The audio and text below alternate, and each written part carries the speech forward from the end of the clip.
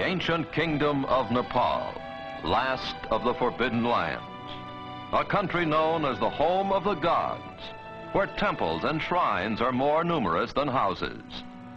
A land of contrasts, whose varied architecture marks it as the meeting place of two great religions of the East, Buddhism and Hinduism.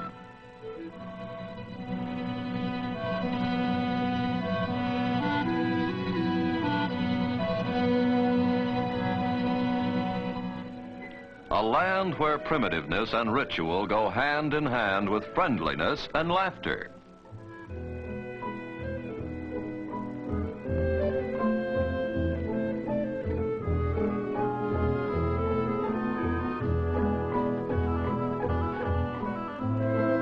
The intricate art and architecture of Nepal are a source of wonder to the few travelers from the Western world who have been permitted to see them. They bear testimony to the genius of a tribe of master craftsmen, the Newars, the original inhabitants of Nepal.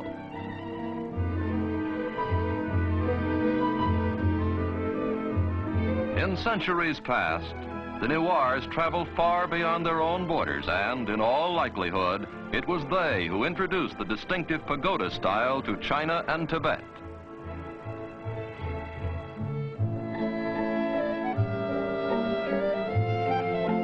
One of the crowning achievements of Newar architecture is the Temple of Bodhina, the magnet of all the great Buddhist pilgrimages. Fluttering prayer papers give the temple a festive air, while the glaring eyes of Buddha remind the faithful that their activities are being watched.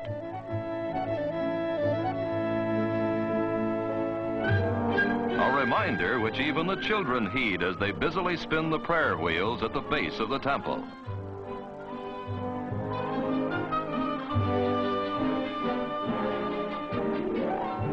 The 7 million inhabitants of Nepal live in a country ringed by mountains and guarded by jungle.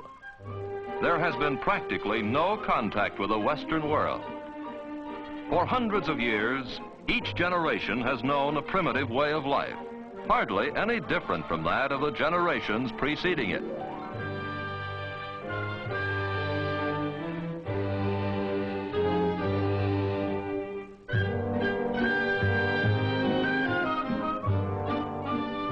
Despite its isolation, Nepal has been a bridge between India to the south and Tibet to the north.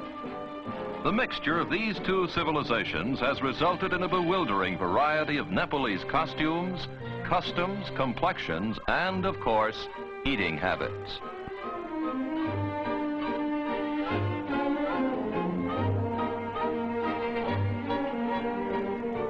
Here, a traveling Hindu fakir, or yogi, demonstrates the latest in imported headgear, a turban fashioned out of hair instead of fabric.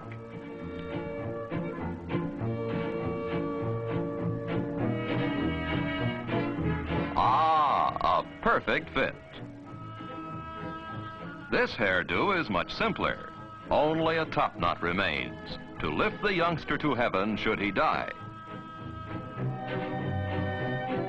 Like women everywhere, the fair sex of Nepal have a flair for decoration. Only here it expresses itself in unusually colorful ways, and almost any part of the anatomy is fair game. The Nepalese housewife has good cause for smiling. She's her husband's bank account. Instead of salting away his capital, hubby invests it in jewelry. A man's wealth can actually be gauged by the decorations sported by his ever-loving spouse.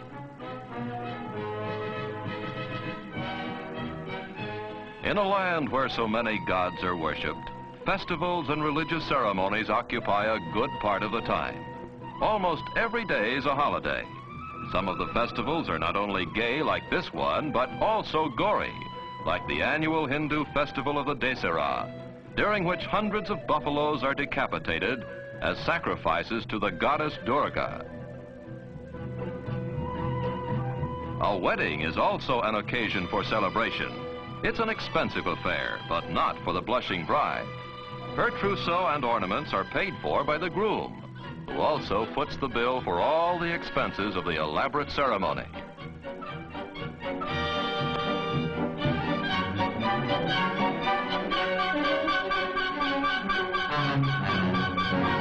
Pleasant as they are for the bride, weddings and festivals are only a brief interlude in a way of life that is hard and often unrewarding.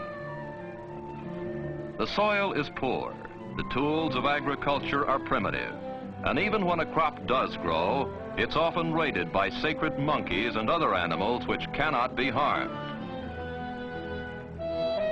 Near Kathmandu, the capital of Nepal, there are several small towns. One of these is Pashupati, the doorway of death.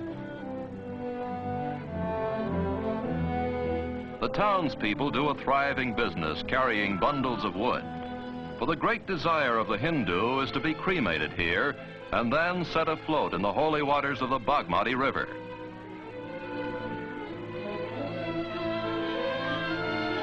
For the living, the Bagmati serves to cleanse not only the soul, but also the laundry.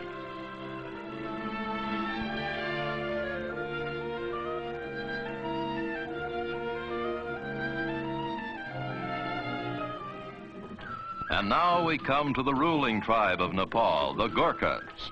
Almost 200 years ago, the ancestors of these soldiers defeated the Newars in bloody battle and took over the top spot in the kingdom. Since then, both the army and the government of Nepal have rested firmly in Gurkha hands.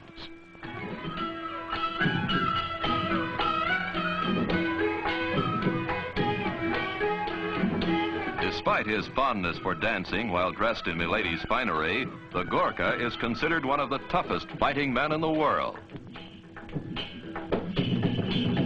Gurkha regiments have fought valiantly in the British Army for many years. During the First World War, a quarter of the male population of Nepal, some 200,000 Gurkha soldiers left their women, families, and entertainment behind and distinguished themselves in combat abroad.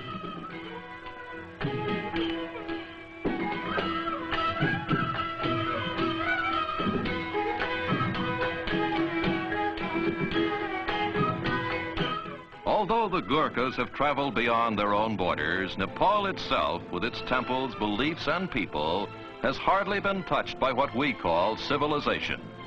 It remains a land of savagery, simplicity, and beauty. A land which only now is beginning to reveal its secrets and its splendors to a curious world.